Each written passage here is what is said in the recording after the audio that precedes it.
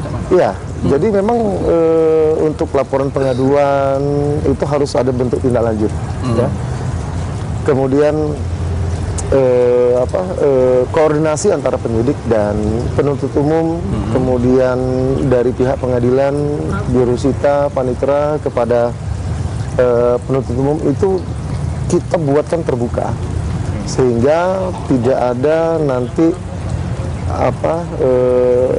diskusi-diskusi yang berubah menjadi pungli seperti itu. Oh iya, jadi menghindari hal-hal yang kayak itu. Betul. Dan juga Pak, ini selama proses penerapan ini berlangsung, itu ada tidak Pak kesulitan yang dihadapi oleh pihak Kejari Palembang? Tentu hambatan, kendala dan kesulitan memang dihadapi terutama kepada masyarakat. Masyarakat dalam hal ini misalnya dalam pengambilan barang bukti atau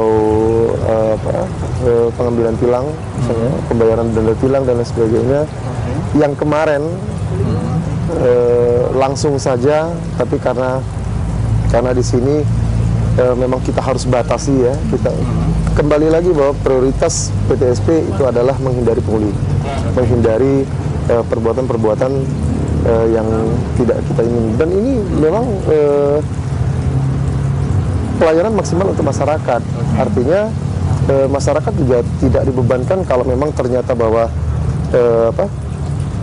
pembebanan denda sekian, maka harus dibayar sekian dengan bukti kwitansi. Tidak ada lebih-lebih dan lain sebagainya. Tapi itu bentuk laporan untuk instansi-instansi baik? Iya. Atau memang masyarakat luas yang tahu informasi bahwa itu pungli bisa ngadu ke juga? Bisa. Karena di PTSP itu kita siapkan hotline.